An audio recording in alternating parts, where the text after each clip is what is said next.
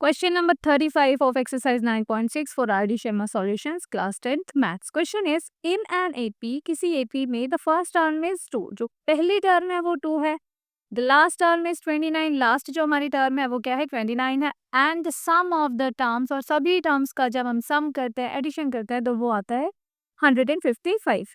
Find the common difference between the AP हमने find करना है डी। तो पहले सबसे पहले स्टेप में हम क्या करेंगे, जो चीज़ें गिवन है और जो फाइंड करनी है वो लिख लेते हैं।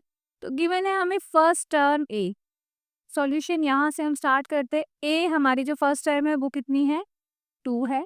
उसके बाद लास्ट टर्म जिसे हम एल से डिनोट करते हैं वो है 29 and sum of the terms और सभी का जो सम है जिसको हम लिखते हैं एस एन वो कितना है 155।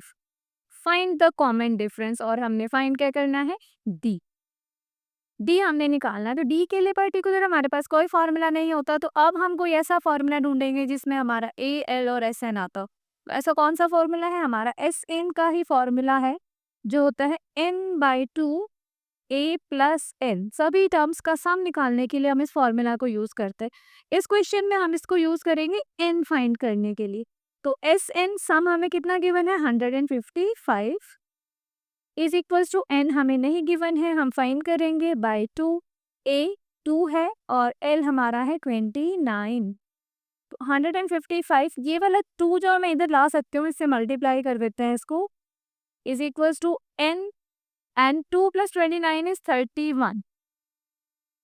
तो 155 को 2 से मल्टीप्लाई किया जब 2 5 ज़ा 10 2 5 ज़ा 10 31 310 इज इक्वल्स टू 31 एन। तो यहाँ से हमारा एन हमें नज़र आ रहा है 310 by 31 is equals to n. तो माइनस कर देते हैं, सॉरी डिवाइड कर देते हैं, हमारा 10 आ गया। एन की वैल्यू हमारे पास आ गई है 10। अब जब हमने एन निकाल लिया है, अब क्या करें, हमने निकालना है डी। तो अब हम फॉर्मूला लगाएंगे ए एन का, क्योंकि इस फॉर्मूला में हमारे पास एन और डी दोनों ही आता है। तो हम अपने फॉर्मूला को कैसे अप्लाई करने वाले हैं, हमारा फॉर्मूला होता है a plus n minus 1 into D.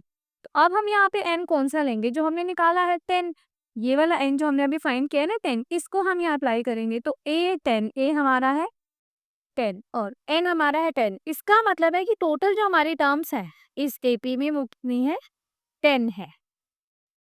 तो इज इक्वल्स टू a हमारा 2 है प्लस n हमारा 10 है, तो यहाँ पर 10 - 1 9 और d हमारा हमें नहीं पता, उसे हम फाइंड करेंगे। लेकिन अब देखो 10वीं जो टर्म है हमारी, क्या वो इस एपी की लास्ट टर्म होगी? बिल्कुल होगी। जब इसमें टोटल 10 टर्म्स हैं तो जो इसकी 10th टर्म होगी, 10वीं जो इसकी टर्म होगी, वही इसकी आखिरी टर्म यानी लास्ट टर्म होगी, जो कि 29 गिवन थी क्वेश्चन में।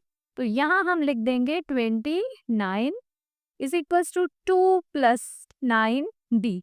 अब 29 ये जो 2 है इधर आके माइनस हो जाएगा, इज इक्वल्स टू 9d।